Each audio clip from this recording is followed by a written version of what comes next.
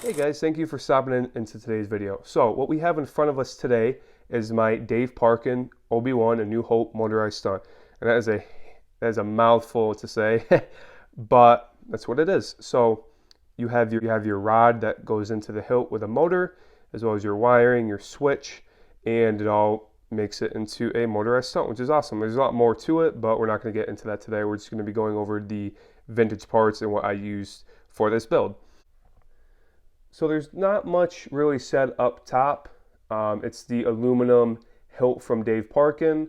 So it's just machined to specification. So that's as good as you're going to get for up top. You have your nice paint matched neck to the movie prop, and you have flat black paint on the rest of the way down, besides the pommel and around the clamp. We have an Exactra 20 bubble strip pulled from the calculator by myself, and a vintage Graflex ink clamp, which that isn't confirmed if it's a foamer, so I went with the cheaper option, which is the ink clamp. It's in really good shiny shape, which was well as the prop. And also the bubble strip isn't confirmed if it's a bubble strip pulled from the rare V2 card Exactra 20, so I just went with the regular Exactra 20 calculator, which the rare V2 bubble strip that comes in that calculator has frosted, it's a frosted bubble strip with well-rounded bubbles, and it's a clear identification that that is the rare bubble strip, but this is not. And then we have a Wannawanga V2 lever, which it isn't confirmed what was used for the lever in the film, so I just went with the Wannawanga because it was recommended by a fellow friend. I believe Solos Hold and Roman Props make one, but I went with the Wannawanga version. And it still has the vintage clamp bars on it. Well, the other side is removed and the nut is exposed there, like the prop was.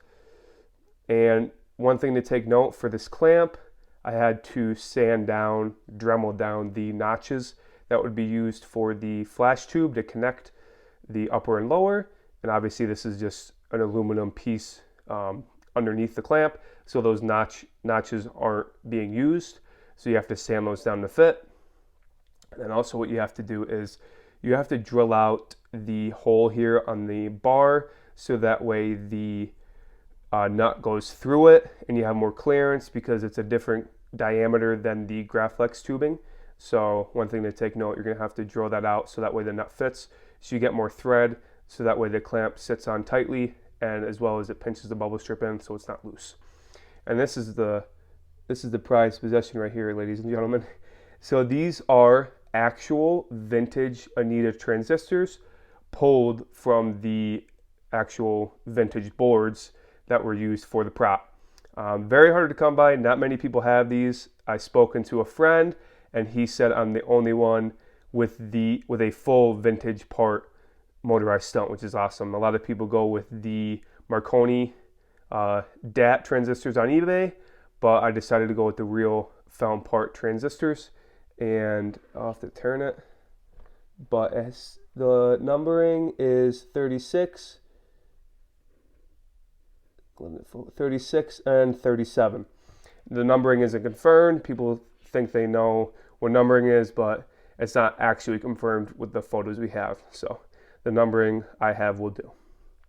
And then stepping down from the accessories of the clamp, you have your Acorn style D-ring, which that is a vintage D-ring found for the prop, which is an Acorn style. The real found part Obi and the V3 are just a different style D-ring, but this is specific to the V2 and the Obi Motorized Stunt because they're the same hilt, so it would be the same D-ring.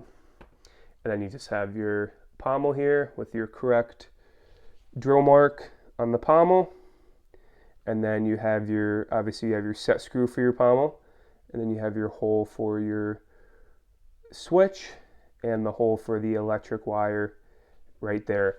And later the V2 has the vintage cone knob and the boot stub in replace of those holes because the wiring was removed.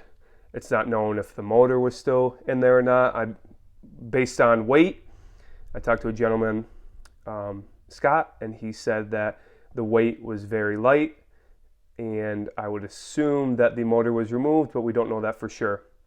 I'd have to ask Brandon there at the prop store, but we're not really sure, to be honest. But yeah, just going over the features and the vintage parts I added. Oh, one other thing too, I have a vintage aircraft washer on the bottom, not the top, which there